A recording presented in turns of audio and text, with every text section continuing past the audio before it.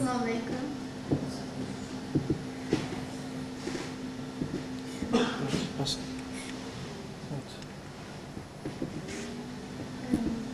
Öncelikle ben Türkçe konuşacağım, onu belirtmek istiyorum. Uygurca bilmelikin önce bana kesip anlamanı düşündüremeyme. Şu an için Türkçe bugün yapmaya inşallah. Türkiye'de çok olandım. Şu an önce Uygurca bilmeyme. Geçirim sorayım hem anladı. Yıldız Teknik Üniversitesi'nde gıda mühendisliğinde yüksek lisans yapıyorum. Hepimiz için şu anda özellikle şu son devirde ahir zamanda en önemli olan konulardan biri olan helal gıda konusunu anlatacağım sizlere. Sesim geliyor umarım. Helal gıda deyince aklımıza ne geliyor? Önce size helalin ne demek olduğunu hepimiz biliyoruz zaten. Arapça bir kelime yasal yani kabul edilen demek anlamına geliyor. Haram da bunun karşıtı olarak yasal olmayan gayrimeşru anlamına geliyor. Yani Allah Teala'nın bize izin verdiği ve izin vermediği şeklinde helal ve haramı tanıtabiliyoruz. Yemek içme konusuna girince de helal gıda deyince de aklımıza Allah Teala'nın bize helal kıldığı şeyler var. Yani izin verdiği gıdalar var. Haram kıldığı, izin vermedikleri var. Ama helal gıda deyince aklımıza sadece ürün değil, bunun başlangıcından, ham maddeden işlenişi, depolanışı ve bütün aşamalarıyla beraber bize sunulan son haline diyoruz. Bakara suresinin 168. ayet-i kerimesinde diyor ki, ey insanlar, yeryüzünde bulunan şeylerin helal ve tayyip olanlarından yiyin. Şeytanın adımlarına uymayın, çünkü o size apaçık bir düşmandır diyor. Burada dikkatinizi çekmek istiyorum. Diyor ki, ey insanlar. Yani demiyor ki, ey müminler, ey inananlar, ey insanlar diyor. Yeryüzünde bulunan şeylerin helal ve tayyip olanı diyor. Yani sadece demiyor ki, helal olanları yiyin demiyor. Helal ve tayyip. Tayyip kelimesi de temiz demek. Helal neydi? Allah Teala'nın bize izin verdikleri, tayyip olan da temiz demek. Temiz olanlarından yiyin diyor. Şeytanın adımlarına uymayın çünkü o size apaçık bir düşmandır diyor. Yine Maide suresinde Allah Teala'nın bize haram kıldığı, yasakladığı ölü hayvan, kan, domuz eti, Allah'tan başkası adına boğazlanan, henüz canı çıkmadan yetiştirip şartlara uygun tarzda kesilenler dışındaki boğulmuş, vurulup öldürülmüş, yukarıda yuvarlanıp ölmüş, başka bir hayvan tarafından boynuzlanma neticesinde ölmüş ve yırtıcı hayvanlarca parçalanmış, bir de dikili putlaştırılmış taşlar için boğazlanmış hayvanların etlerini yemeniz ve fal oklarıyla kısmet şansı aramanız size haram kılındı deniliyor. Bunun gibi birçok ayet var. Maide suresinde olsun, Taha suresinde olsun, Bakara'nın diğer ayetlerinde de hep Allah Teala'nın bize haram kıldıklarından bahsediliyor. Peki size şöyle bir soru soracağım. İnsan kainata imtihan için yaratıldı. Doğru mu? Peki insanoğlunun yaratılışındaki ilk imtihanı neydi? Yemek. Evet. Hazreti Adem ile Hazreti Havva kıssasını hepimiz biliyoruz değil mi? Ve gıda ile imtihan olduk. Bu yüzden demek ki Allah Teala bizi her şeyle imtihan ediyor ama eğer ilk imtihanımız buysa bizim en çok dikkat etmemiz gereken şey neymiş o zaman? Gıdalar. Yediğimiz, içtiğimiz eğer bizi oluşturuyorsa ve Allah Teala ilk bu konuda bizi imtihan ettiyse bu bizim için çok hassas bir konu olması gerekiyor. Şimdi daha sonrasında baktığımız zaman yine işte semavi dinlerde de hep böyle gıda konusunda hassasiyetler oluşmuş. Allah Teala inancı olan diğer dinleri irdelediğimiz zaman Musevilikte, Hristiyanlıkta olsun bizde zaten helal gıda bilinci var. Bunlarda da var. Yani sadece Müslümanlar için helal anlayışı yok. Bunlar da bizim gibi domuz eti yemiyorlar bildiğiniz gibi. Mesela Museviler bizim dikkat ettiğimiz noktalara çok dikkat ediyorlar. Onların da kendi helal gıda sertifikalandırma kurumları var. Hristiyanlarda da kendi içlerine Protestan, Katolik olsun ayrıldıkları mezheplere göre bile yani böyle değişiklikler oluyor. Paskalya'dan önce 40 gün önce aç kalıyorlar. Mesela bir oruç tutuyorlar. Ve mesela onlarda da aynı şekilde domuz haram, işte şarap haram ve mayasız ekmek kullanıyorlar. Bunun gibi yani sadece İslamiyet'te değil, şu an semavi dinlerde de, diğer dinlerde de helallik, haramlık noktasında gıdalarda önem arz etmektedir. Haram nedir diye baktığımız zaman, yani İslamiyet'te bizim için kıstas nedir diye baktığımız zaman, domuz öncelikle kesinlikle haram kılınmıştır. Kan haram kılınmıştır. Et yiyen yani vahşi hayvanlar haram kılınmıştır. Allah Teala adına kesilmeyenler de haram kılınmıştır. Yani bir hayvan helal ama o Allah Teala adına kesilmemiş, o zaman o da haram oluyor. Aynı şekilde sürüngen ve böcekler, şarap, etil alkol ve ispirto haram kılınmıştır dinimizde. Bunlar kesinlikle yasak olan şeyler yani. Haram deyince aklımıza Allah Teala'nın bizi men ettiği şeyler. Ama şu noktada dikkatinizi çekmek istiyorum. Ayet-i Kerime'de diyor ki, kan ve leş size haram kılındı, 2 kan ve 2 leş müstesna diyor. Bunlar nedir diye baktığımız zaman 2 kan, biri dalak, biri de karaciğer. Yani hayvanın dalağını ve karaciğerini yiyebiliyorsunuz. Çünkü onlar da tamamen yani %90 kan içeriyorlar ve bunlar helal. 2 leş size helal kılındı diyor. Normalde leş yani kendiliğinden ölmüş hayvan, leş demek. Bu haram ama 2 leş size helal kılındı diyor. Bunlar da balık birincisi, ikincisi çekirge. Belki çekirge biraz herkesin tuhafına gidebilir. İlk duyunca ben de çok garibime gitmişti ama helal. Yani çekirge yiyebiliyorsunuz.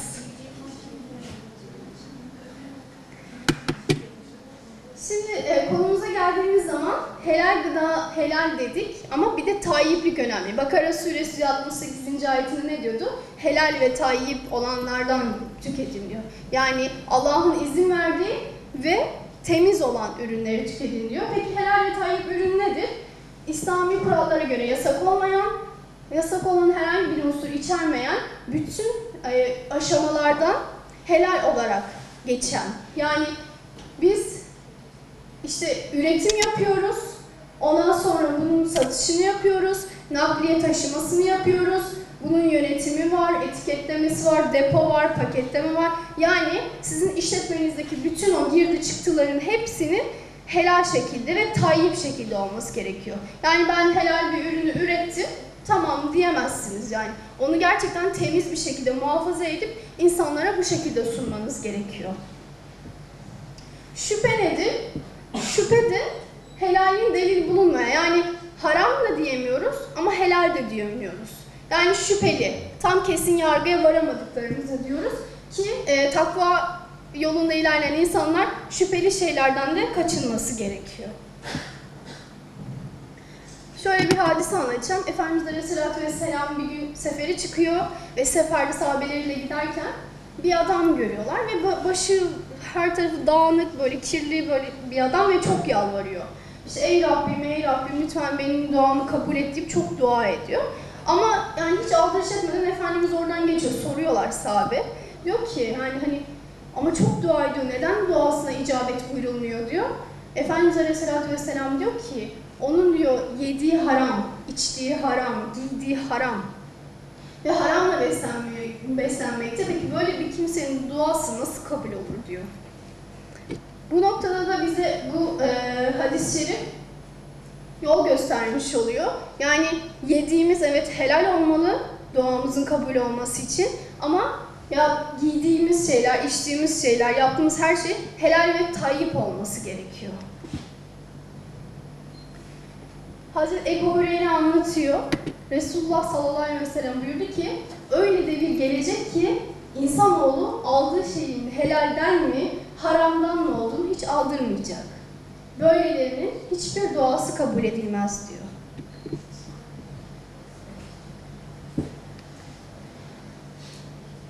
Diğer hadis-i şerifte diyor ki her kim ki vücudunu uzviyeti haram lokmayla teşkil etmiştir, artık cehennem o vücuda yaraşan en iyi yerdir diyor.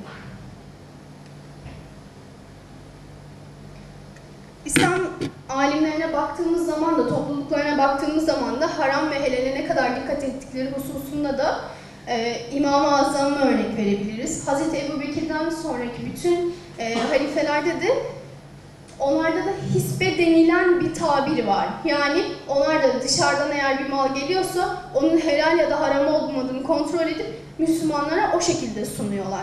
Daha sonrasında baktığın zaman zamani büyük alimler Bediüzzaman Said Nursi Hazretleri de gerçekten yediği içtiği her şeye dikkat ediyor. Son olarak da Osmanlı Devleti'nde de onlarda da tesbih adına, tashir adında böyle helal haramlığın kontrol edilme mekanizması bir teşkilat kuruyorlar ve bütün ürünleri irdeliyorlar. Osmanlı Devleti ile ilgili bir hikaye de anlatmak istiyorum. Mesela Osmanlı Devleti'nde biri hırsızlık yaptığı zaman onlar tutuluyor, yakalanıyor. Daha sonrasında 40 gün boyunca bir yere hapsediyorlar. Ve 40 gün boyunca da sadece helal lokma veriyorlar. Yani helal gıdalar veriyorlar. Çünkü bir insanın vücuduna haram bir lokma girdiği zaman 40 gün içerisinde çıkmıyormuş. Bunu biliyoruz zaten. Mesela diyor ki alkolün bir damlası vücudunuza girerse 40 gün sonra vücudunuzdan atılıyor. O yüzden 40 gün boyunca yaptığınız ibadetler kabul edilmiyor. Eğer bu adam hırsızlık yaptıysa, bu adam eğer suç işlediyse kesin haram lokma yemiştir. O yüzden 40 gün boyunca bu adamı helalle besleyelim, Allah hidayet versin deyip bu şekilde bir mekanizma, böyle bir sistem geliştiriyorlar Osmanlı Devleti'nde. Ahsen-i takvim olan insanın iki ham maddesi nedir? İlim ve gıdadır. İlim faydalı, gıda helal olunca ürün elbette salih amel olacaktır. Yani biz ilimi öğreniyoruz ama hak rızası için öğreniyorsak o zaman bir işe yarayacak. Ama dünyevilik şeyler için ilim öğreniyorsak bunun hiçbir faydası olmayacak ahirette. Ve aynı şekilde helal gıda tükettiğimiz zaman da ilmimizi bununla birleştirdiğimiz zaman işte ancak o zaman salih amele ulaşmış olacağız. Çok dini içerikli oldu diyeceksiniz belki ama Müslüman bir ülkede yaşıyoruz, Türkiye'de yaşıyoruz ve diyeceksiniz ki burada da mı helal gıdaya dikkat etmemiz gerekiyor? Hadi işte Çin'de çok dikkat ediyorduk ya da yurt dışında Avrupa'da dikkat ediyorduk, ne yediğimize bakıyoruz diyorsunuz ama Türkiye'de de mi buna dikkat etmemiz gerekiyor deyip bir soru soracaksınız. Evet, Türkiye'de de helal gıdaya dikkat etmemiz gerekiyor. Neden? Çünkü piyasaya baktığınız zaman bütün ürünlerin çoğu, katkı maddelerinin çoğu yurt dışından geliyor. Peki yurt dışındaki birçok yerin, büyük markaların sahibi kimler? Tabii ki de gayrimüslimler, yani inanmayanlar. Dolayısıyla biz Müslümanız, insanımız Müslüman ama yediğimiz içeceklerimiz, yiyeceklerimiz Müslüman olmayabilir. Bir mümin olarak biz bunların hepsine dikkat etmemiz gerekiyor. Bilinçli olmamız gerekiyor ve ne yediğimizi sorgulamamız gerekiyor. Dolayısıyla Müslümanların bu helal gıda hassasiyetine sahip çıkmak için dünyada belirli kuruluşlar kuruluyor. World Helal Council, ondan sonra Asya Birliği olarak da IFANCA International ve Helal Certification Service diye 3 farklı boyutta ama bir çatıda, yani Dünya Helal Konseyi adı altında toplanmış bir organizasyon kuruluyor. Bu Müslümanların hassasiyetine dikkat çekmek açısından. Dünya Helal Konseyi 1999 yılında Malezya'da kuruluyor ve 50 ülkeden temsilcisi var. Malezya'da kuruluyor ama 2002'de Endonezya buna ev sahipliği yapıyor, sahip çıkıyor ve son olarak da sertifika verme yetkisi Malezya oluyor. Bu baktığınız zaman dünya standartlarında helal gıdaya en çok dikkat eden, her üründe dikkat eden Malezya olarak biliyoruz ve bu noktada da onlardan onay geçmeyince kabul edilmiyor hiçbir şey. Dünyada helal gıdanın toplam satışı 2,1 trilyon dolar. Büyük bir hasılat yani bu gerçekten. Toplam pazar payı %15, Avrupa satışı 67 milyon dolar. Sertifika almak için de Malezya'yı öncü demiştik. Şimdi bu gerçekten ciddi bir rakam. Türkiye'den dışına baktığımız zaman dünyada helal gıda piyasası o kadar çok geniş ki. Ama helal gıda piyasasına kim sahip çıkıyor? Yine biz Müslümanlar değil, ne yazık ki gayrimüslimler. Neden? Çünkü işin içinde para var. Tabii diyorlar ki biz de hemen helal gıda işine atılalım, yapalım diyorlar. Ve en çok tabii ki Yahudiler bu noktada öncülük ediyor her zamanki gibi. Çünkü diyorlar ki bizim de hassasiyetimiz var, biz de helal gıdaya önem veriyoruz. O zaman bu piyasa bizim elimizde olmalı deyip bu kadar piyasanın çoğunu yine Yahudiler ele geçiriyorlar. Onların da kendi sertifikalandırma sistemi var, koşer diye. Siz şimdi Avrupa'ya gittiğiniz zaman eğer bir şey yiyecekseniz bunun helal mi, haram mı olduğunu bakmak için koşer sertifikasına bakmamız gerekiyor. Çünkü yani dünyanın her yerinde Müslümanların helal sertifikalı ürünleri, bütün ürünleri denetleme gibi bir şansı yok. Çünkü bu noktada biraz pasif kalıyoruz. Ama Yahudiler, onlar da diyor ki biz de domuz eti yemiyoruz, biz de işte diğer sizin hassasiyetlerinizi gösteriyoruz. O yüzden mesela Avrupa'ya gittiğiniz zaman ya da yurt dışına bir yere gittiğiniz zaman işte uçaklarda olsun yediğiniz etin helal mi olup olmadığını sorarsanız eğer, belki soramayabilirsiniz, o da koşer damgası olup olmadığını bakmanız lazım. Şu an bile görürseniz Yahudilerin tabii bu. Koşer food adı altında helal gıda piyasası oluşturuyorlar. Bütün dünyada bakın Yahudilerin sayısı ne kadar? Aslında çok değil. Ama Müslümanların sayısı onlardan daha fazla. Ama bu kadar bir avuç olmalarına rağmen bütün piyasayı ele geçirmişler. Diğer piyasaların hepsini ele geçirmişler zaten de helal gıda piyasası dahi onların elinde. Türkiye'de peki bu işi kimler yapıyor? Helal gıda sertifikasyon işini Gimnes ve TSE yapıyor. Gimnes 2005 yılında kuruluyor, 2008 yılında sertifika vermeye başlıyor. TSE 2011'de kuruluyor ve sertifika vermeye başlıyor. Ama size şöyle bir şey söyleyeceğim. Gimnes'in altyapısı daha sağlam. Çünkü fıkıh kurulu var, onlardan onay alıp ve ince elemelerden geçerek daha sonrasında helal olup olmadığını ona göre sertifika veriyorlar ve 4 mezhebe göre. Yani elimizde biliyorsunuz mezhepler var. Hanefi, Şafi, Hanbeli, Maliki, 4 mezhebe göre bunların da ortak paydasına göre hareket ediyor.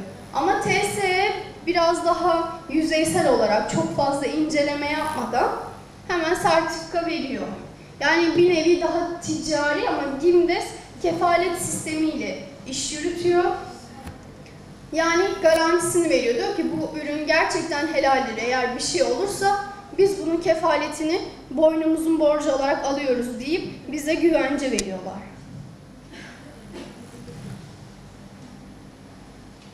Şimdi haramdan bahsettik, neler olduğunu söyledik. Ama şöyle bir durum var, yani haramlar bizim karşımıza direkt bu haram diye ya da şunun yolu seçin deyip çıkmıyor. Türlü türlü oyunlarla çıkıyor.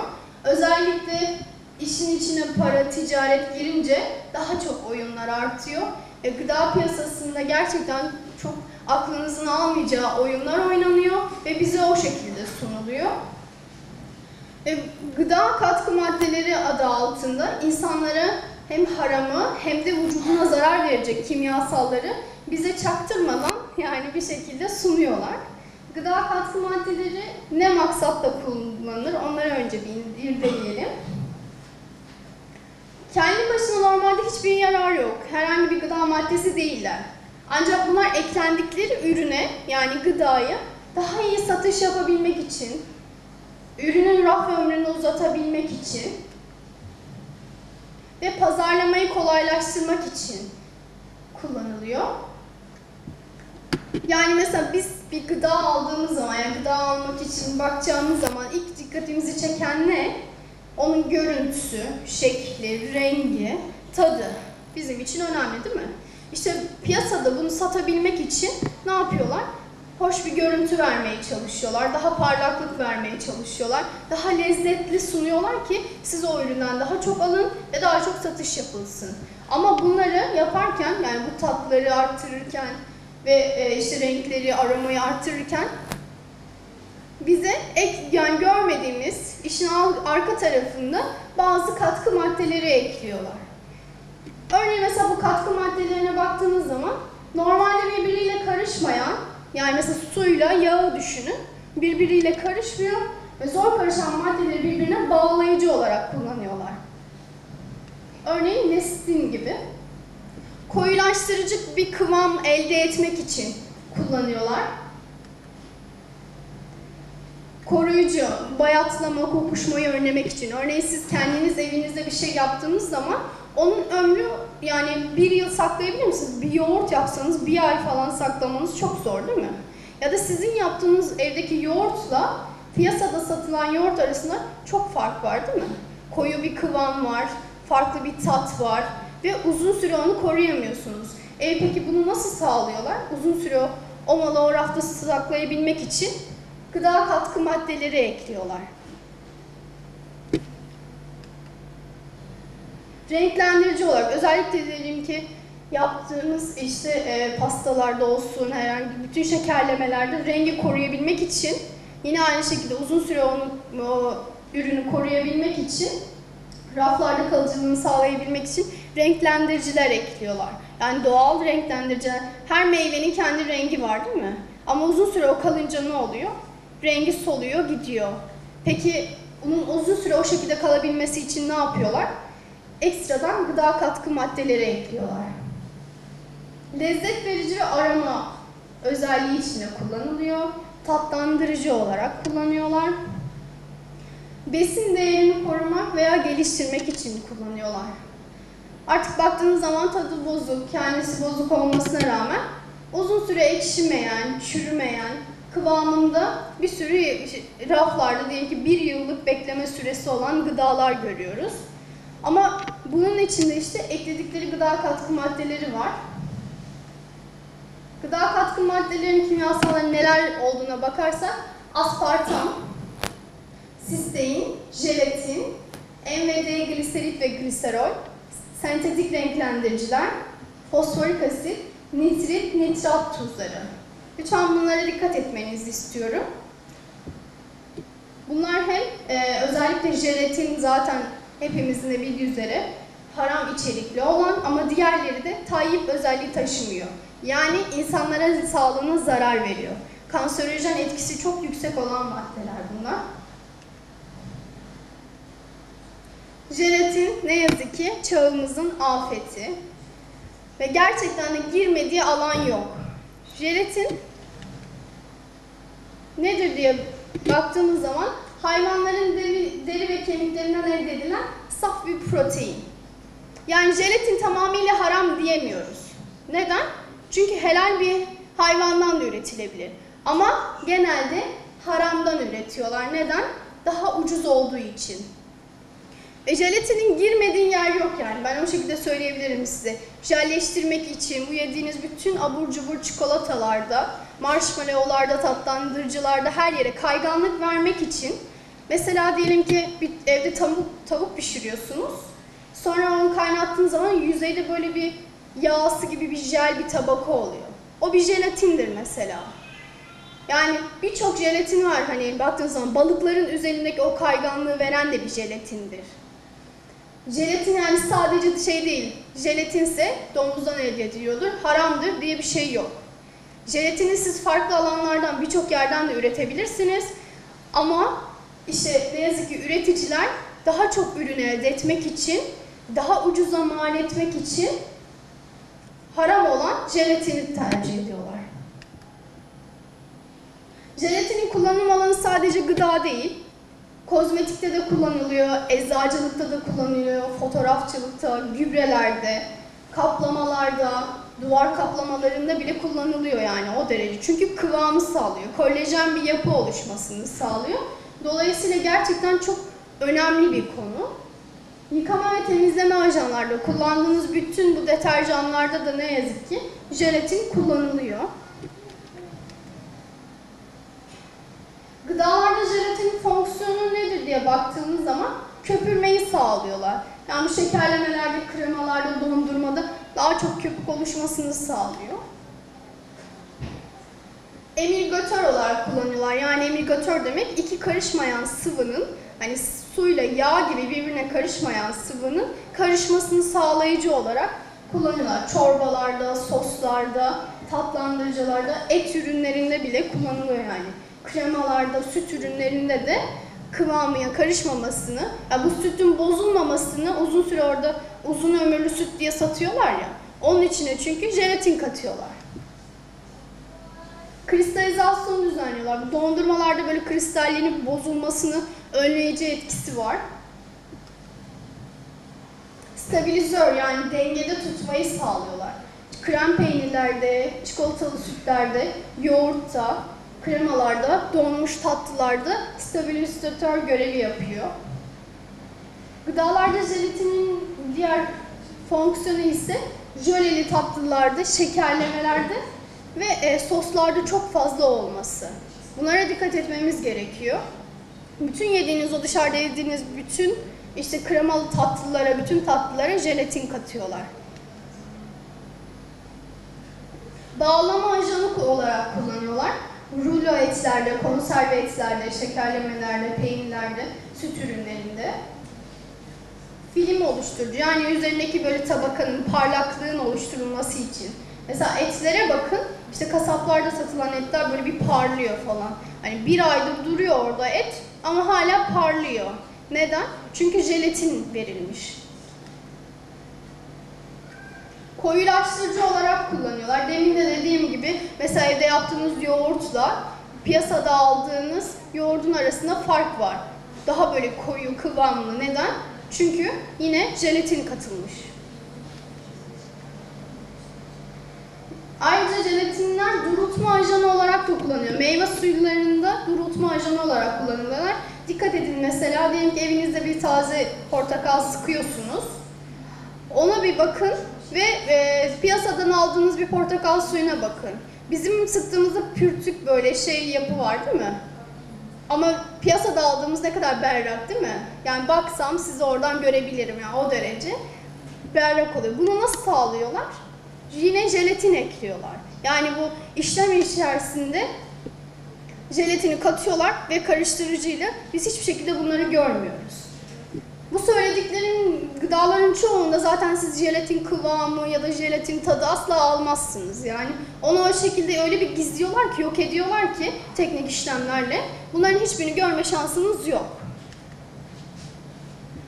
Yapışma ajanı olarak kullanıyorlar şekerlemelerde ve et ürünlerinde. Jelatin, gıdalardan bahsettik, biraz da diğer alanlarından bahsetmek istiyorum.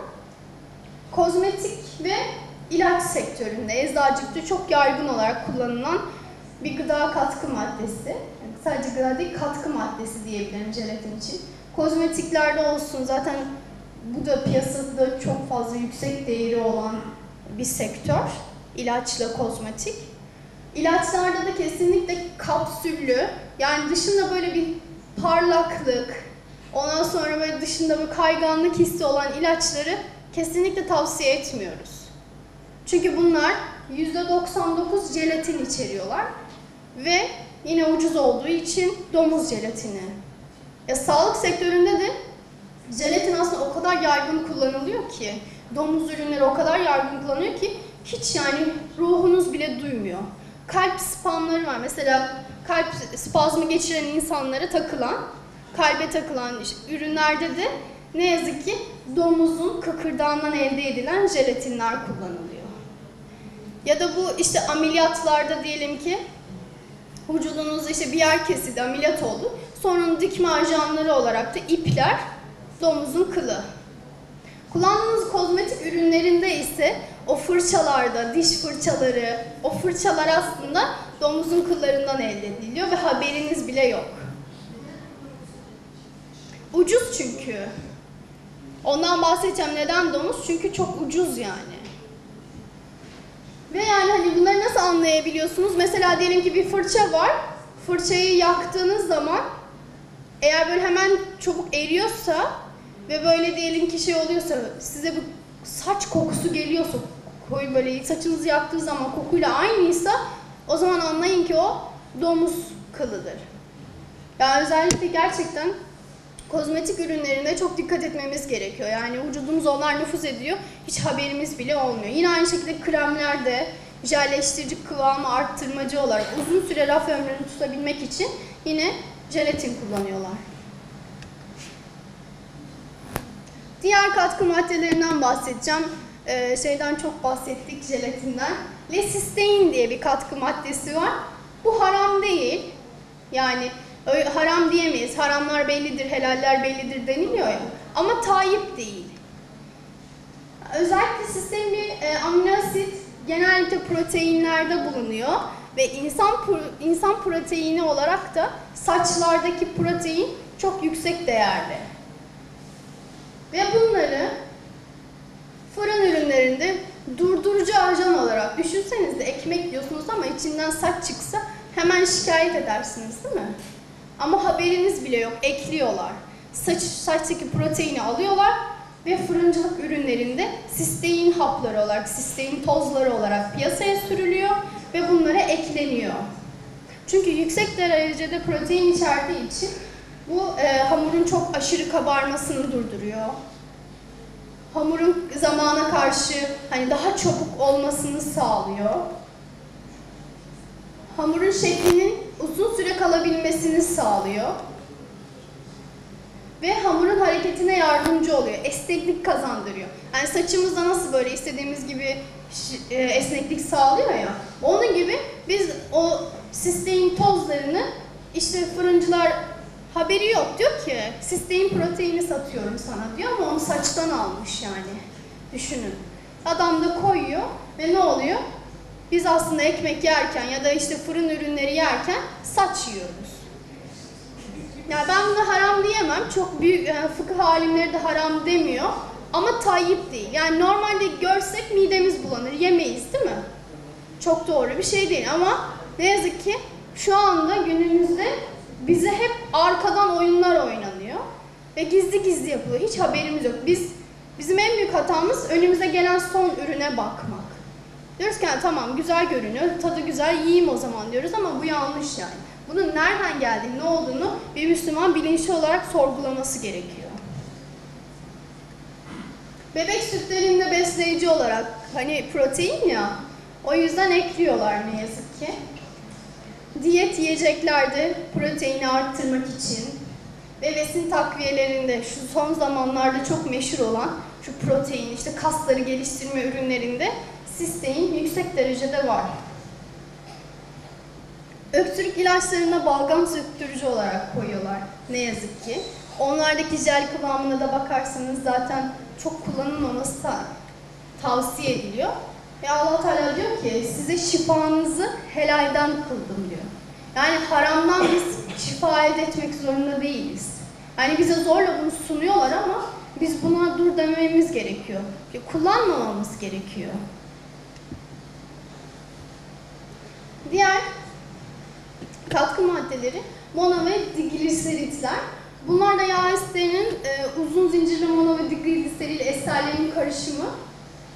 Ve bunlar da karışımı kolaylaştırmak için, yaygın bağdaştırma, homojenliği sağlamak için ve dengeli tutmak için, stabilizasyonu için, böyle kalıplı bir şekilde durabilmesi için kullanılıyor. Yine tekrar ediyorum, ya ben bunlara haram demiyoruz, bunlar tayyiplik. Yani yemeseniz sizin için daha iyi olur dediğimiz şeyler. Kullanmamanız gereken şeyler. Bunlar mono ve digliseritlerin kaynağı bitkisel ve hayvansal olabiliyor.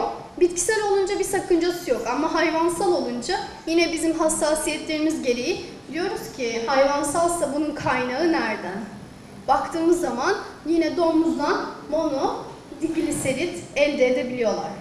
Dolayısıyla bu gliseritlerin, gliserollerin kaynağını sormamız gerekiyor. Fosforik asite bakıyoruz. Fosforik asitte böyle asitli içeceklerde, gazlı kolalı içeceklerde keskin bir tatı sağlamak için kullanılıyor ve ne yazık ki kemik erimeleri riskini arttırıyor. Sodyum nitrite bakıyoruz. Bu yanında gördüğünüz E250, işte demin de dedik ki E kodları vardı. Onlar Dünya Sağlık Örgütü'nün ve Dünya Gıda Kodeksinin belirlediği kodlar. Yani mesela size demiyor ki bu gıda jelatin içeriyor ya da bu gıda sodyum nitrit içeriyor demiyor. Gıdaların mesela paket aldığınız zaman arkasına bakın E250. Bu şekilde kodlarını belirtiyorlar. Onun ne olduğunu bilmeniz gerekiyor, dikkat etmeniz gerekiyor. Sodyum nitrite bakarsak da et ve balıklarda renk koruyucu olarak. Demin de dedik ya, bir kasapta bir eti bakıyorsunuz bir ay duruyor, hiçbir şey olmuyor, bozulmuyor, parlak parlak. Neden? Sodyum nitrit ekliyorlar. Balıklarda da bu canlılığı sağlamak için sodyum nitrit ekliyorlar.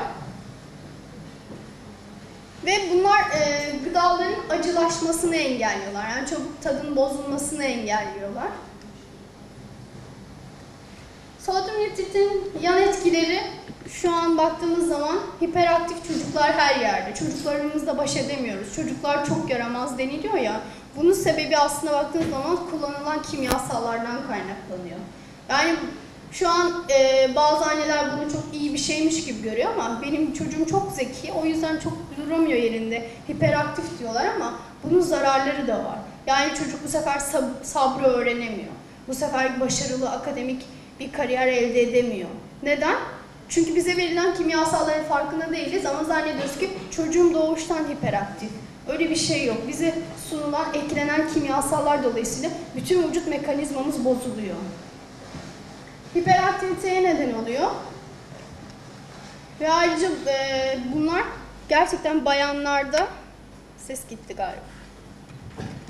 Geliyor mu? Ben sonra yapalım.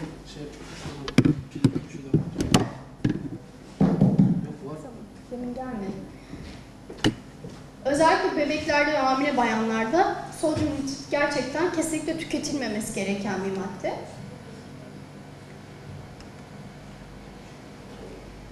Çok önemli bir konu daha, monosodyum glutamattan bahsedeceğim. Biliyorum sabahtan beri birçok şey dinlediniz, sıkıldınız artık ama hızlı geçmeye çalışıyorum. Aslında bunlar böyle tek tek irdelenecek, saatlerce konuşulacak şeyler ama size yüzeysel olarak bahsetmeye çalışıyorum. Monosodyum glutamat Çin tuzu olarak geçiyor. Gıdalara çok ekleniyor. Yani öyle bir şey ki tadı aslında o ürün bozuk bile olsa yediğiniz zaman sizin dil reseptörlerinize bu çok güzel sinyali gönderiyor. Yani tadı çok güzelmiş gibi daha çok yiyorsunuz. Obezitenin en çok artmasının sebebi monosodyum glutamat. Ve ekleyince artık lezzeti 100 kat daha fazla oluyor. Mesela öğrenci evinde bir deneme yapmışlar. İşte biri pırasa yemeği yapmış. Pırasa yemeğini de kimse sevmiyormuş evde. Yemiyorlarmış. Sonra monosodyum glutamat eklemiş. Bir tane gıdacı arkadaş varmış. Diyor ki yani bir saat içerisinde hemen o pırasa hepsi bitti diyor. Yani sevmediğiniz bir şeyi bile ben monosodyum glutamat eklesem ne oluyor? Onu çok lezzetliymiş gibi yiyorsunuz. Çünkü sizin dil reseptörlerinizden beyine sinyal yolluyor. Margarin en büyük düşmanımız aslında. Yani ya tereyağı kullanmak gerekiyor ya da sıvı yağ kullanmak gerekiyor. Özellikle zeytinyağı. Doymamış yağ, doymuş yağ çevirerek işte bize margarin olarak sunuyorlar.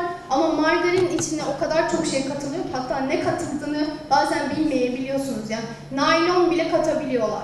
Yeter ki biraz kıvam olsun. Diyelim ki %5'lik tereyağı var, işte sıvı yağ var, %20'lik doymuş yağ çeviriyor.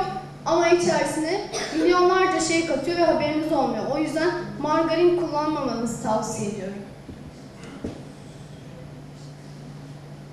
Bildiğiniz gibi zaten kola gayrimeşru bir içecek olarak görünüyor.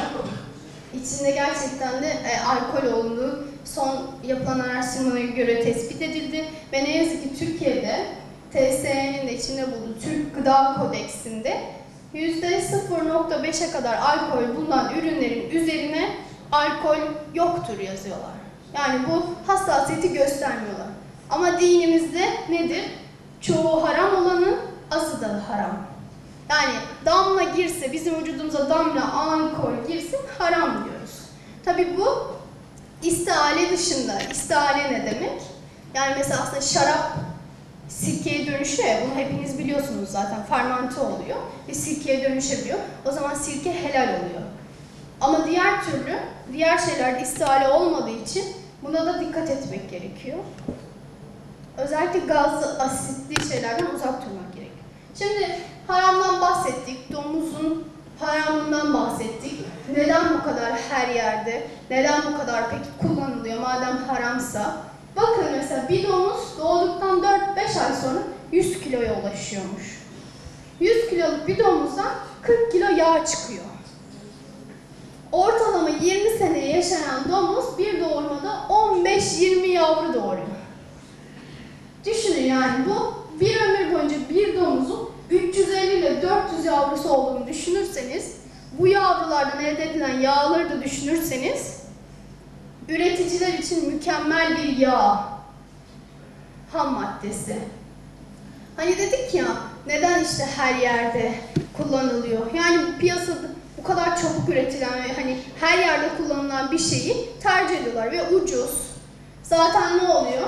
Bu hayvanların beslenmesine ekstra bir çaba harcamanıza gerek yok. Her şeyi yiyorlar, ne bulurlarsa yiyorlar. O yüzden Türkiye'de bile yani ne yazık ki 100 tane domuz çiftliği olduğu bilinmekte. Korkunç bir rakam. Yani Türkiye Müslüman bir ülke ama 100 tane gayri resmi olarak çiftlik var, üretiliyor ve gıdalara da, kozmetiğe de, eczacılık sektörüne de giriyor. Hatta şöyle bir şey diyeyim, inşaatlarda kerpiçlerin arasına, duvarlarınıza da bunlar konuluyor. Çünkü çok sıkılaştırıcı bir ajan, kolajenliği, dayanıklılığı arttırıyor ve düşünün etrafımızda işte domuzlar konmuş, biz Allahu Ekber deyip namaz kılıyoruz. İşte bunun hassasiyetini göstermemiz gerekiyor Müslümanlar olarak. Yani bizim dur dememiz gerekiyor. Zaten adamlar bütün piyasayı ele geçirmiş. Hepsine dur diyebilir miyiz? Diyemeyiz ama en azından kendimiz dikkat edersek bir adım atmış oluruz. Helal hassasiyeti olmayan biri bizzat domuz yemese de aldığı katkı maddeleri ömrü boyunca bir küçük domuz yemiş gibi olur. Bu korkunç bir şey. Yani biz diyoruz ki, ben Müslümanım, ben domuz yemem. Ben yemedim canım, niye yiyeyim? Alkol ağzıma sürmedim. Ama sizin haberiniz yok yani. O yediğiniz çikolatalarda, şekerlemelerde, yediğiniz her şeyde, ilaçlarda, her yerde bir şekilde domuzla temasa giriyorsunuz. Ve deniliyor ki insan ömründe en dikkat ettiğim, en temiz yedim, en organik yedim diyen insan bile küçük bir domuz yemiştir diyor.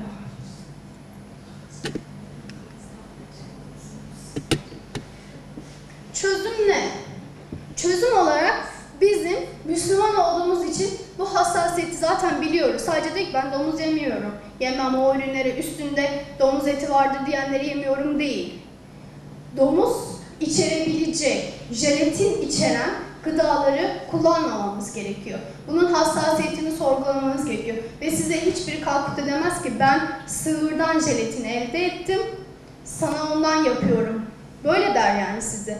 Hiçbir demez ki domuzdan jelatin elde ediyorum ve size sunuyorum demez. Çünkü sığır jelatin çok pahalı bir şey. Siz sığırı büyüteceksiniz, yetiştireceksiniz, sonra onun etinden faydalanacaksınız, jelatinini alacaksınız. Bu çok masraflı bir işlem yani. O yüzden ne yazık ki ne oluyor? Çünkü üreticiler domuzu tercih ediyorlar. Bu yüzden Müslümanlar olarak biz öncelikle kendimizden başlamamız gerekiyor. Yani bugün sizin için bir milat olabilir. Kendinizden, ailenizden, çocuklarınızdan başlayarak gerçekten de dikkat ederek helal ve tayyip olanı yeme düsturunu edinirsek bu sefer yediklerimiz yani gerçekten de ilmimize de yansıyacak. Daha sabırlı olmayı, daha ibadetlerde o aşkı şevki almayı öğreneceğiz. Yani dolayısıyla yani ben ne yapabilirim ki demeyin. Önce kendinizden başlayın, kendi sağlığınızı, Müslüman olarak vücudumuzun hesabını vereceğiz. Ona iyi bakıp bakmadığımız, bu bize emanetse onun hesabını vereceğiz. Dolayısıyla biz de ne yapmamız gerekiyor? Önce kendimizden başlayıp, çevremizden başlayıp, bakın böyleymiş deyip, ya bu benim anlattıklarım 5 dakika sonra kafanıza uçup gidebilir. O yüzden kendiniz de araştırırsanız, kendiniz de nelere dikkat etmeli, helal gıda noktasında ben ne yapabilirim derseniz, bu sektör şu an çok ilerlemeye başladı. Almanya'da çok sahip çıkıyor. Bir de parayı görünce direkt diğer gayrimüslimler de atılıyorlar. Ve çok yüksek parasızları olan bir sektör ama hileleri de çok olan bir sektör. O yüzden çok dikkatli olmanız gerekiyor. Size helal ürün diye satarlar ama ne yazık ki haramlarla iç içe olmuş oluruz. Biliyorsunuz ki artık teyemmümün çok hükmü kalmadı. Yani her yerde biz su bulabiliyoruz değil mi? Dolayısıyla da yani teyemmüm yapan insan görmek imkansız gibi bir şey oluyor. Aynı şekilde şu anda şey diyemezsiniz ama o zaman ben nereden bulacağım helal ürünleri deme şansımız yok. Her şeyin alternatifleri var. Eğer araştırırsanız, bilinçli bir Müslüman olursanız helal gıdalar var, dikkat etmeniz gereken neleri al. Yani X ürünü değil de pat diye markalı güzel değil, tadı güzel değil de gerçekten sağlığım için ya da gerçekten helal ve tayyiplik açısından deyip diğer ürünü almanızı tercih etmeniz gerekiyor. Bu bir tercih meselesi. Yani bunu nasıl biz başka dinleri değil İslam'ı tercih edip bu yolda devam ettiysek aynı şekilde gıdada da tercihimiz helal noktasında olması gerekiyor. Helal tüketim keyfiyet değil, mükellefiyettir. Yani bunun hesabını vereceğiz. Ve bizi uyuşturuyorlar, hiç farkında olmadan. Deniliyor ki Yahudiler için, sizi çocuklarınızdan daha iyi tanırlar.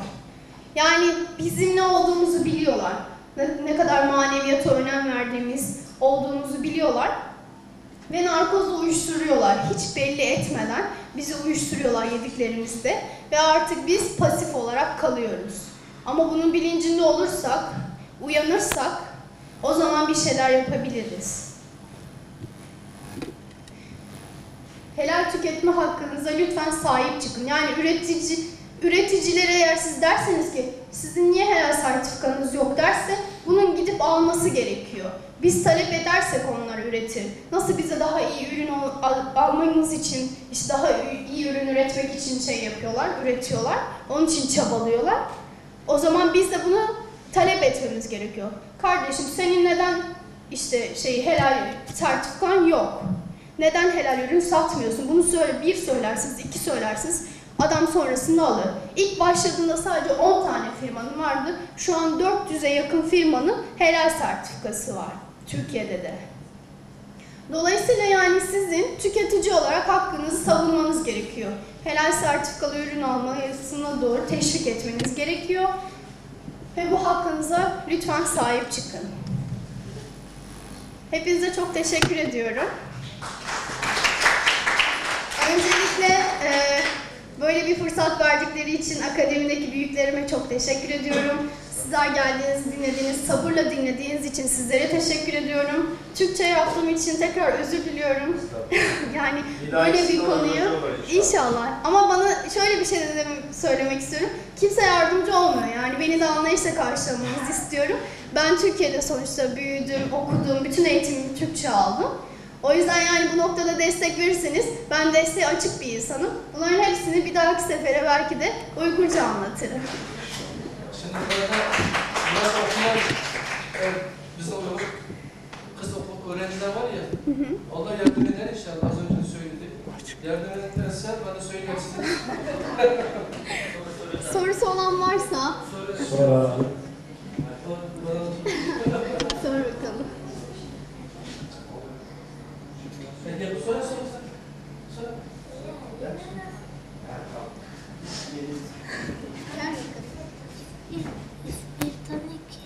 İspirto ne biliyor musun? Böyle ateş çıkıyor ona, ısıtmak için kullanılan bir şey. Sıvı, kimyasal bir madde. Onu yakınca ateş çıkıyor. Ocaklarda kullanılıyor. Tamam.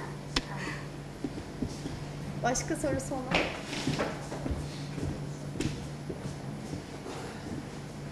Assalamualaikum.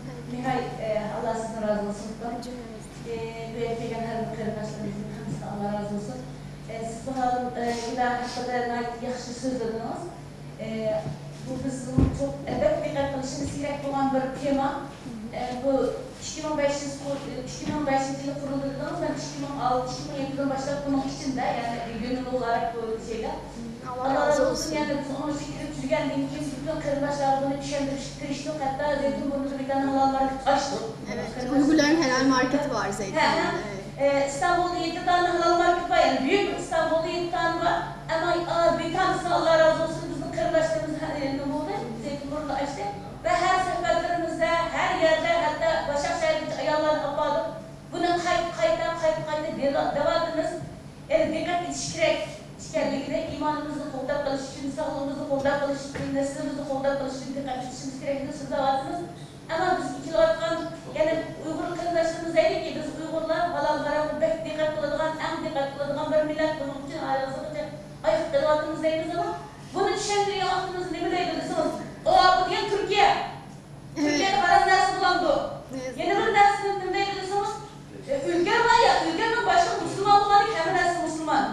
Yeni bir deydi desiniz. Halal marketin dersleri kıymetken bunu kalandık, halimiz, ehvalimiz bulğan için maalesef Allah bizi geçirmekte. Yani bu meselede biz hatta o kadar sürprizlik dereceye geldik. Digin Allah razı olsun, yeni devletlerden gelgen yani hassasiyet yakışılan kardeşlerimizden halal marketin bulanı görsün. Bu yer yaşavatkalara hatta neymiş ki bunda halal markette bir narsa açtınlar diyen kardeşlerimizle uçurattınız. Şimdi siz bunun kesip ilgisi olarak şimdi sormak dağıtımın da herkes bunun hassasiyetini bildirmesi lazım deydi. Kesbi olarak mesela kaç şekilde düşünürsek pek yakışı buldu demek istiyorum. Yani şu anda insanların en çok dikkat ettiği konu, yani din olunca genelde kaçılıyor böyle şeylerden. Yani yeni dersi başı değil ki bunu düşünmüştüm bana. Ben ayağlarım kılı herkesi burunda, yani her bir şeylerden bundan sonra ayrılmaydı. Tamam, zeytin burunda, omuz başka yer var. Bunun içinde yiyişimiz gerek olan, alışımız gerek olan dersi var. Bunu mesela düşündürsünüz, dersiniz, insan kısmı buraya da katıldı. Yani bunu kesbi olarak mesela biz bu karıtlıla yani uculuk sürprizden söylesek anlatamayız da kesbi olarak insanların beyni bunu aşılamak için, yani sokmak için yemeler alışımız gerek. Yani ben size şöyle diyeyim, yani bu diğer konulara da benziyor. Yani İslami hassasiyet göstermek için insanlara zorla bir şey yaptıramazsınız. Siz sadece anlatırsınız, kendiniz uygularsınız, yapmak isteyen yapar. Ama hani dinen değil de başka ne türlü anlatmam gerekir derseniz sağlık açısından gerçekten, neslimiz açısından da bunun gerçekten önemli olduğunda, hani şu anda organik pazar piyasası diye bir şey var, o da biraz kandırmacı. Ona nasıl yöneliyorsa insanlar sağlık için, aslında helal ve tayyip olan daha sağlıklı ve buna yönelmeleri açısından bildirebilirsiniz. Yani gıda mühendisi olarak mesela bunu sizin halal olan, tayyip olan dersler düşündüğünüz halaysa ya. Evet. Mesela insanlar bunu yaygınlaştırmak için nasıl bir yöntem kullanıyorsunuz onu sormak istedim yani. Yani işte sağlık açısından gerçekten de bu kimyasalların zararlı olduğu ve yapılan ürünlerin sizin hiç farkında olmadan tahşiş yollarına başvurulduğundan bahsediyoruz. Neler hangi hilelerden yapıldığından bahsediyoruz. Bu şekilde insanları bilinçlendirmeye çalışıyoruz ama bunu herkes kabul edecek diye bir şey yok. Yani eden eder iman meselesi. Yani yapıp yapma, uygulamama bunu biz sadece anlatmakla mükellefiz. Ve o yüzden müdahale edemiyoruz. Ve şöyle bir şey daha vurgulamak istiyorum. Hani Gimdes'ten bahsettik. İşte sadece belirli ürünler vardır. Ama şunun altını çizmek istiyorum. Sadece o ürünler helaldir ya da diğerleri haramdır diye bir şey diyemeyiz. O zaman şey olmuş oluyor, zannına girmiş oluyoruz. Çünkü Gimdes ya da TSE sadece diyor ki, bir firma gidiyor diyor ki ben helal sertifikası almak istiyorum. Bana helal sertifikası verin diyor. O firmayı inceliyorlar, ona göre veriyorlar. Eğer firma talep etmezse, yani demezsek ben helal sertifikası almak istiyorum deyip gelmezse Gimdes bizzat firmaya gidip ben sana helal sertifikası vereceğim demiyor. Yani mesela ülkenin hepsi, bütün hepsi haram helal diyemem. Mesela içim, süt ürünleri helal sertifikası aldı. Ama çikolataları alamadı. Neden? Jelatin kullanıyorlar ve bunun kaynağını gösteremediler. Bilemiyoruz. Ya da başka ürünlerin, bütün ürünlerin tek tek incelenmesi gerekiyor. Bir zannına girmememiz gerekiyor. Yani ben diyemem ki ülkenin ürünleri haramdır diyemem. Çünkü incelemedim, bilmiyorum. Ben de şu an gıda denetçiliği yapıyorum Gimdes'te. Ama kesinlikle zannına giremezsiniz. Yani diyemezsiniz ki şu ürünler helaldir, şu haramdır diyemezsiniz. Eğer firma talep ederse, incelerse o zaman helal ya da haram diyebiliyoruz. O yüzden firma adının böyle şey yapılması, lanse edilmesi hoş bir şey değil. Siz sadece helal olanları bilin, bunları almaya çalışın. Ama diğerlerine de işte bak o adamlar haram satıyorlarmış demeyin. Günahına girmemek lazım. Teşekkürler. Allah razı olsun. Ben cevap verebilirim. Sizin soruyu. Mikael Silahmet sizler, nail yaxşılığınızsınız. Ben sormak istiyorum. Hava sertifikatı doğrultusunda şunu bu anlık şirketlerin sağlıklarına şu an uygun olmayan işler kılışık mümkünçilik var mı? Bunu da haberiniz var mı? Niye?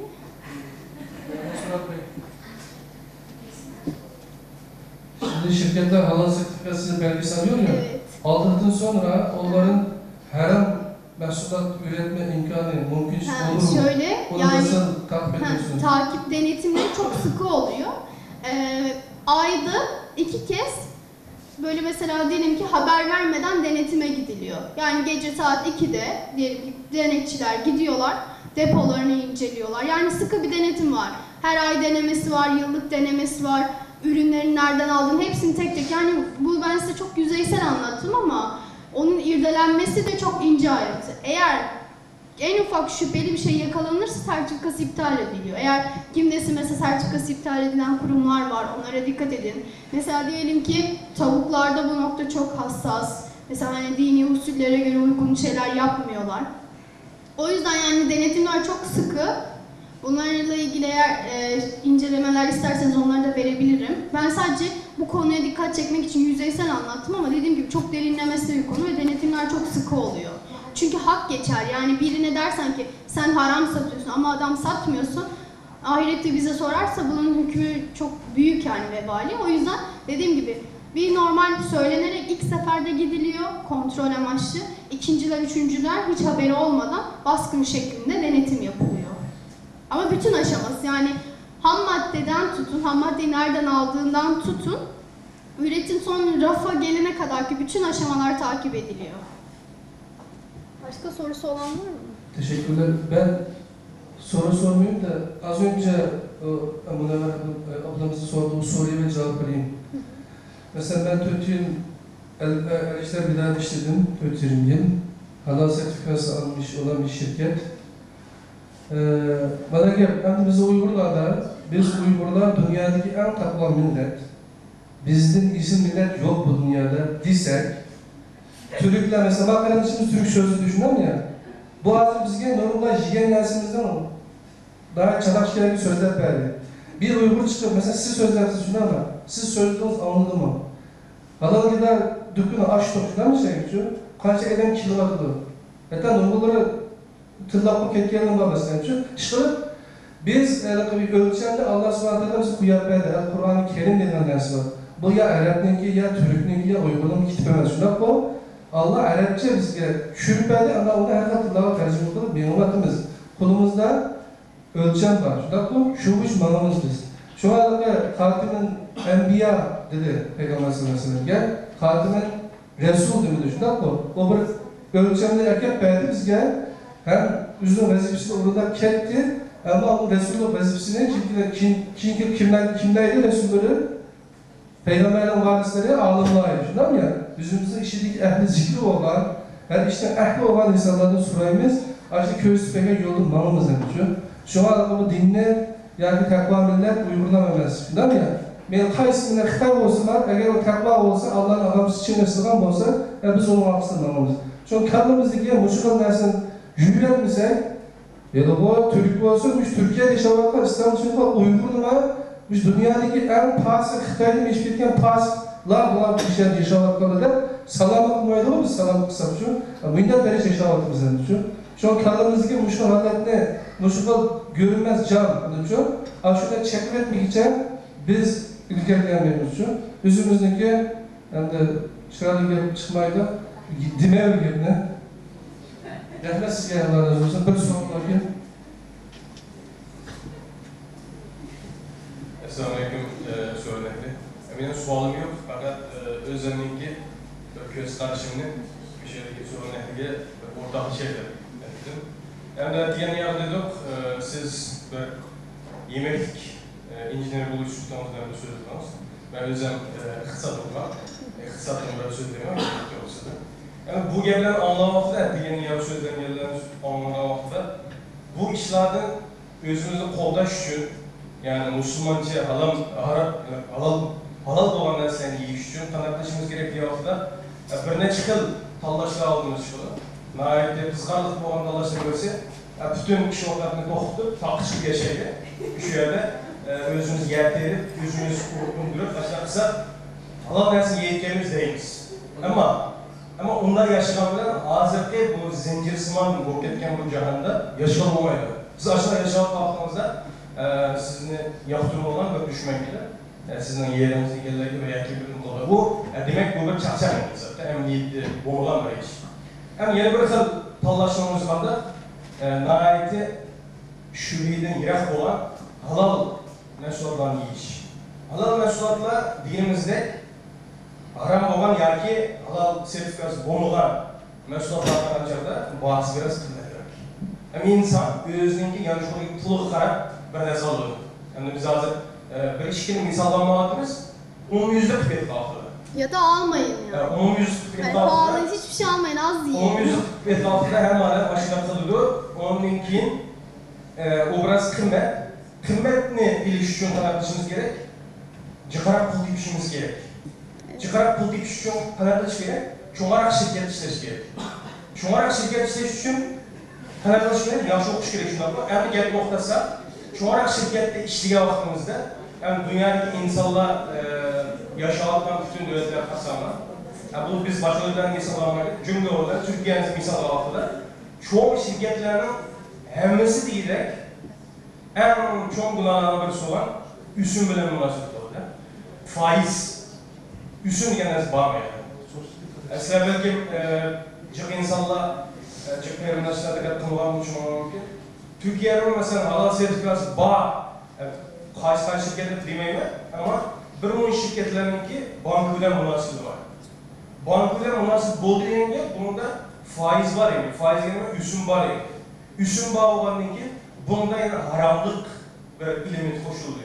Hamma men bu yerdan deyishadi, demoqchi desam, men shu bir fikrni o'rtaga qo'ymoqchi. Biz musulmon bo'lganligimiz uchun o'zimiz eng muqaddas deb bilgan kitobimiz Qur'on Karim. Qur'on Karimda Alloh musulmonlarga, ya'ni insonlarga ey gunohkor bandalarim deb chiqdim so'zlaydi. Gunohkor bandalarim. Yani demek biz insanlar gunoh o'tkazadigan bir inson yani.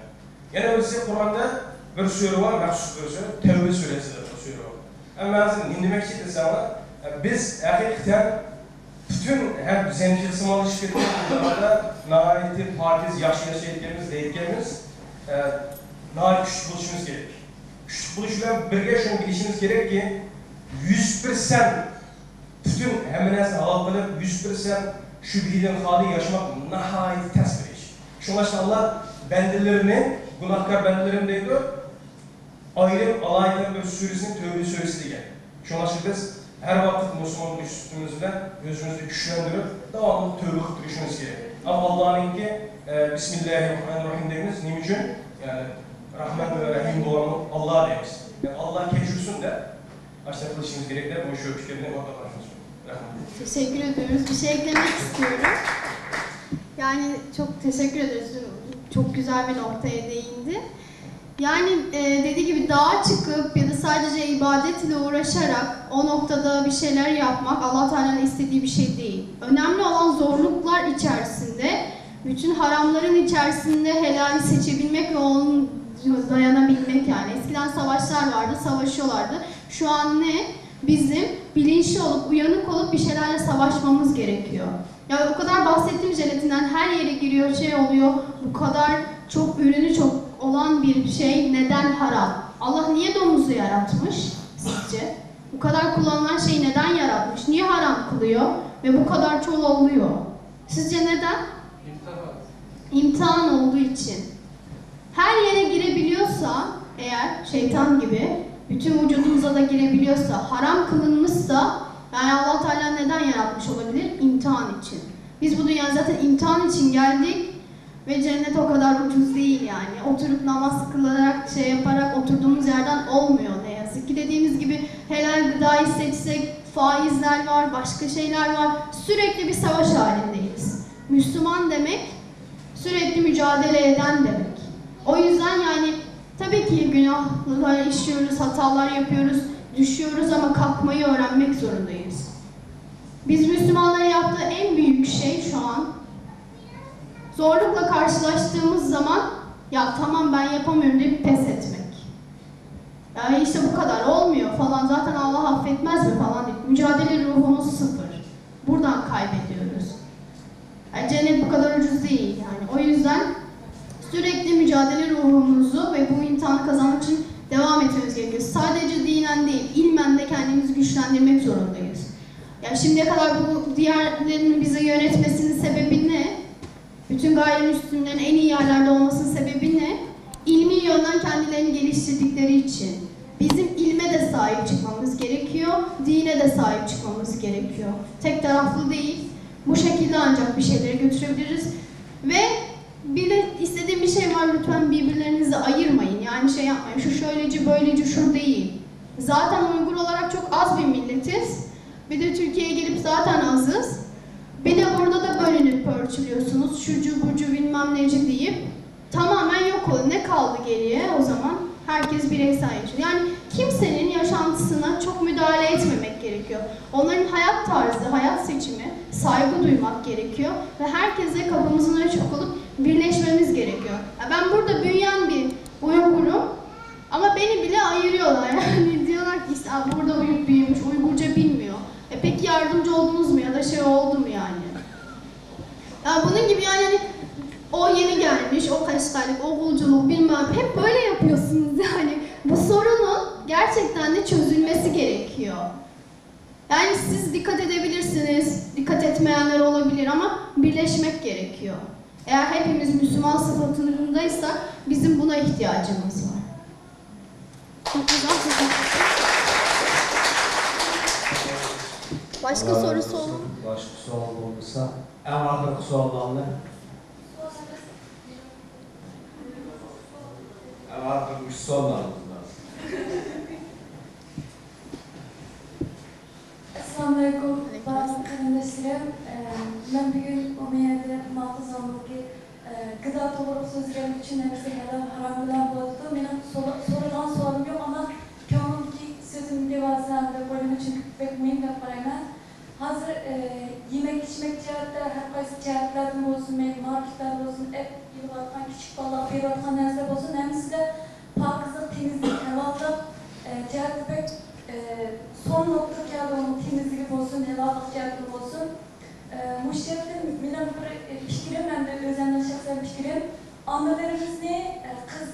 Kız annelerimizden, kız hemşirelerimizden köp okusak hem bu cihatta özleri özlerini yetiştirmek için bir imkan yaratıp bir şey fırsat yaratıp versek hem biz hazırlar bir kardeşimizde de biz onun için çok köp burada pişimiz gerek, yapımız tatlı yaşımız gerek değil.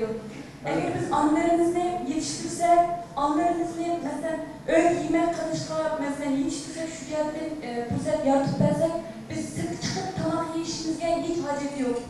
Annelerimiz ki özlem vazifesini, ailedeki annelik vazifesini, imanlık vazifesini bilsin, şu cihetten yetiştirsin özünü, tamam yetiştirsin, cihetten kulu büyük olsun, o erkekten yakınız pazardan dışarı çıkıp bir nez yiyiş haceti kalmaydı. Şunun için anlık işlerimizde erkeklerimiz şu bilim cihetten olsun, ailedeki cihetteki olsun, hem doğruluk ihtiyaç kullandı, bunu kanat bir nez ihtiyaç var, şunu kuvvet yapasın, anlarımızın bu cihette özünü yetiştirsin ve halallık cihette geldiğinde çok olduğunu yenip giderlerimiz.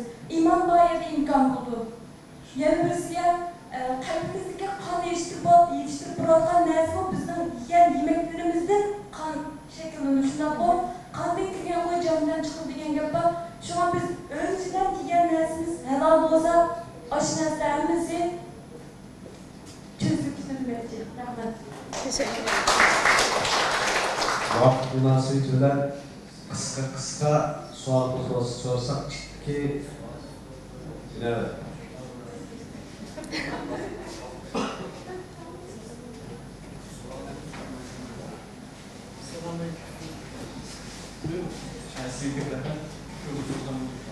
Sesiniz gelmiyor yalnız. Uygun sorsam Olur olur. Baya çıkıp da yapacağımız bu havalarından kalktılar. Ama o da bir mesela toy şirketteki hava sertifikası belli, toy şirketteki belli, toy sürümündeki belli, bunu peyer Gimdes'in sayfasından öğrenebilirsiniz. Türkiye'de şu an en dikkat ederek kaliteli yapan bu işi Gimdes var. Gimdes'in kendi sayfası var, gimdes.org'dan. İnternetten bunu öğrenebilirsiniz. Broşürleri de var. Yani şu an internette girdiğiniz zaman her şeyi her yerden öğrenebiliyorsunuz ama işte bu insanın kendisini istemesi gerekiyor. Dediğim gibi Türkiye'de eğer bakmak istiyorsanız Gimdes'e bakmanız gerekiyor. Dünyada bunu araştıracaksınız. Dünya Helal Konseyi'nin onayladığı, sertifikaya verdiği firmalara bakmanız gerekiyor. Yani eğer Avrupa'daysanız da eğer hiçbir helal konsül yoksa koşere bakmanız gerekiyor. Rahmet. Soranlar da sorduğunuzda ne var açamı söyledi, İngilizce söyledi, ben de soranlar aradan bir tane bak yetmedi. Başka soru? İbrahim kardeşimizden Allah razı olsun pek faydalı ürünlerdi. Fakat beğenilemez. Keyin mail adresi o telefonlarından alaksak bunda vaktine söylediler. Allah razı olsun sizden.